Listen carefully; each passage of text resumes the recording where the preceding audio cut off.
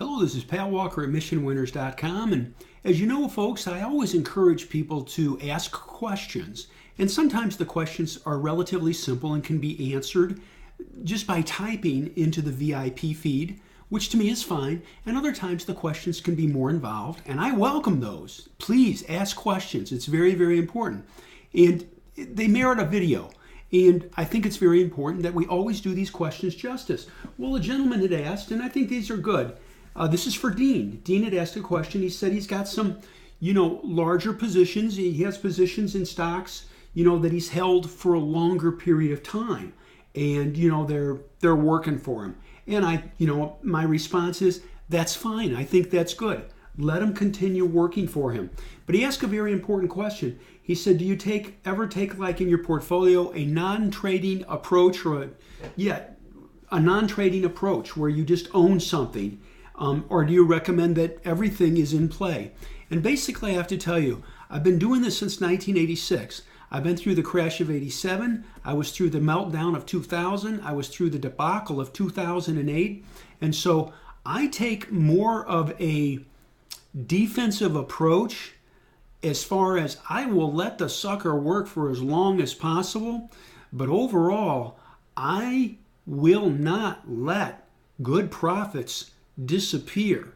And you can say, well, yeah, a lot of people can say, oh, I'm long term, I'm buy and hold. Well, I'd like to show you here. We're looking at a chart. These are the spiders going all the way back to 1996. Made a good run, peaked out here in 2000. And if you bought this in 2000, somewhere in here, and then not necessarily the peak, but anywhere in here, it fell all the way down here from basically, we'll call it 150 down to 80. You lost almost half. A person lost almost half their money, and then it comes all the way back up to near their price, and then it drops again all the way down to where they've lost half their money again. And you say, well, a person could say, well, I'm long term. This to me through here, you've got from 2000 all the way. This will shock people all the way until 2013. You didn't make any money. You could have been in a money market fund. A person could have been in a money market. And then they say, well, yes, but look at this move here. I don't know that when I buy that it's going to do this. So it leads to a moral. When I buy, I look for a longer term base for a liftoff. And I will let it work for as long as possible and trend. But I am always cognizant that things can change for any company or any industry group. This is the S&P 500. It's diversified. Let's do this. Let's do XLK, the technology ETF. This is diversified. So now we're safer, okay? We're not just in one stock. We own the big, best companies. Well, if you bought it back in 99 or 2000 in here, go through here, you didn't get back to break even until 2017. You can say, well, that's XLK, that's technology, that's, no, we won't do that. Well, we'll do financials too. Another one. And you can say, well, let's try something different. These are big industry groups. And look at what happened if you picked this up back in 2000 and went up.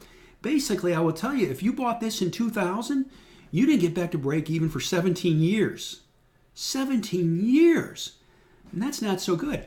I can go down all 30 Dow stocks, and overall, you can find some great ones, but you can find some that really haven't been that good to people. I won't go through all of them, but, Walmart, back here, you're buying it at $40 or $50 a share, and you can say, well, gosh, it's 87. I doubled my money. Doubled your money in 17 years? Percentage-wise, you could almost do a money market fund and do better with no risk and just meander through there. So I take approach that when I buy, I want to buy something really good, and I will watch it, and I will give it room. But I have hardly ever seen a stock that is not immune to major declines. Apple has been good, but again, a person who bought it here, and you can say, well, gosh, it's okay if I buy it near, $25 a share if it falls down and I lose half my money. Oh, yeah, but look what it does. I don't know that at the time. I don't know that at the time that it's just going to come right back. So I'm very careful. So here's the moral to us, for us. It's important to buy right. And if you're going to buy, make it sure it's a big, big monolithic company. Make sure that they're diversified in several different areas, that they're not real narrow. Make sure that you use a weekly chart for your entry and that is a longer base. And I will say it again, I will always limit my losses, always at 7 or 8% on any position, because it only takes one to destroy an account. So that's part, I know that was a lot there, but that's part one. By the way, speaking of trading, am I a day trader? Good Lord, no. Am I an in and out guy? No. But again, I've seen too many instances with great companies that they get spanked. You know, here's one for you. Netflix. Everybody talks about Netflix. Well, all I know is here in Netflix, if you bought it here around $40 a share, I'll take it down to a weekly and show you something here. And we'll go back in time. It's like, well, this has made a great move right here. Okay? Well, look at this.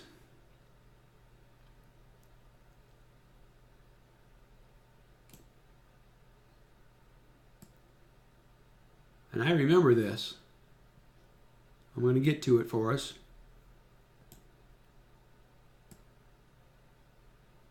Netflix is a great company. And I'm in agreement.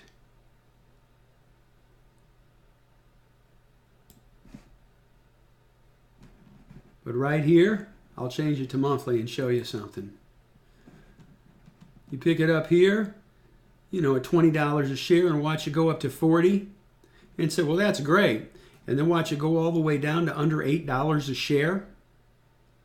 That's not good. And that's Netflix. I'm not talking some junk company. So the moral is we have to be careful.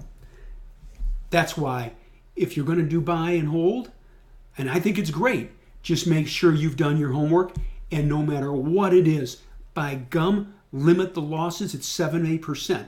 Look for a long weekly base and let it break through that long weekly pattern on a tremendous volume, and Bill O'Neill says the same thing. Bill O'Neill says the same thing. So let's keep on going here, okay? I know why that went really far, but it's something really important. 6 to 8 positions. You know, if you're using a portfolio porch, I think you could go up from 6 to 8 to 8 to 12. 8 to 12, and let them work. Let them work. But always focus on the franchises, the best of the best. Lowe's, Home Depot. What's better? Home Depot's a better franchise.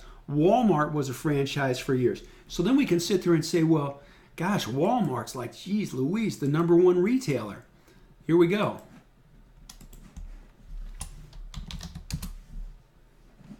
There's Walmart. This is a monthly chart. And, you know, you're buying it here 99, 2000, around $50 a share. This is Walmart. Walmart, you buy it at 50 and here it is at 87, 18 years later? What's that? That's nothing. That's nothing. And that's Walmart.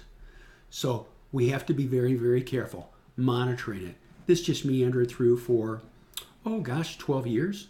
12 years of nothing. So I would say 6 to 12 positions.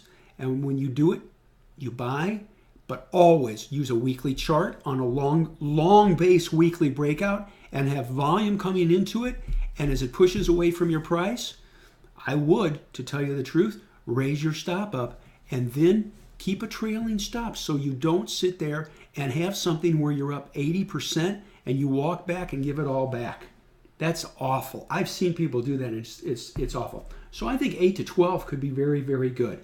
Alrighty? Let me see if I have anything. No. Here we go, if there's anything else. Hang on just a second. Okay, good. Okay, guidelines as far as percentage invested. Okay, I will say this. When the market's good, I am fully invested. In fact, I will be on margin. I will be on margin at times.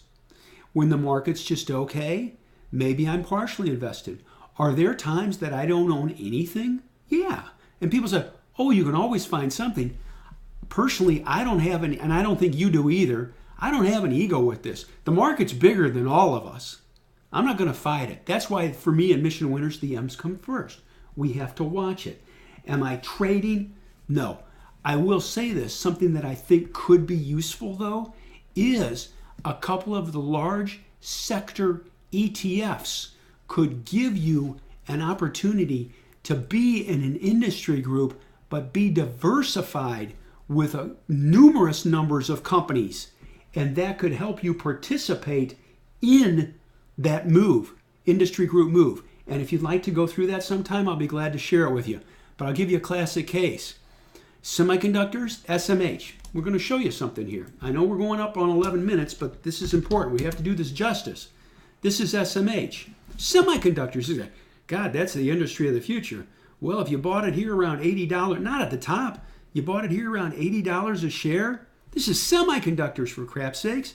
$80 a share. Let's be pragmatic. You didn't get back to break even until the first part of 2017. This is semiconductors. It's a leading technology. So then you can say, well, let's take it a step further. Let's do biotech. Let's do BBH. Biotech had a really good move here, but if we take a look from 2000 to 2010, you don't have anything to show for it. That's awful. That's truly awful. I'll share this with you. We'll do this. The spiders. If you bought the spiders in 1999 or 2000, they fell, then they went back up to break even, and then they fell, and then they came back up. And if you bought here, just look at the yellow line going across, not at the peak, but right in here, okay? You did not get back to break even till the March until late 2012. You had 12 years of no money. So the moral, I will buy using a weekly chart, and I will let it push away, and I will manage the position and limit my losses at 7 and 8%, and then let it work, always watching it. Do you have to watch it every day? Good Lord, no. I will tell you something, and this is important. Everybody needs to know this. When I have a stock and I've got a good gain on it, I don't even have it on my front page.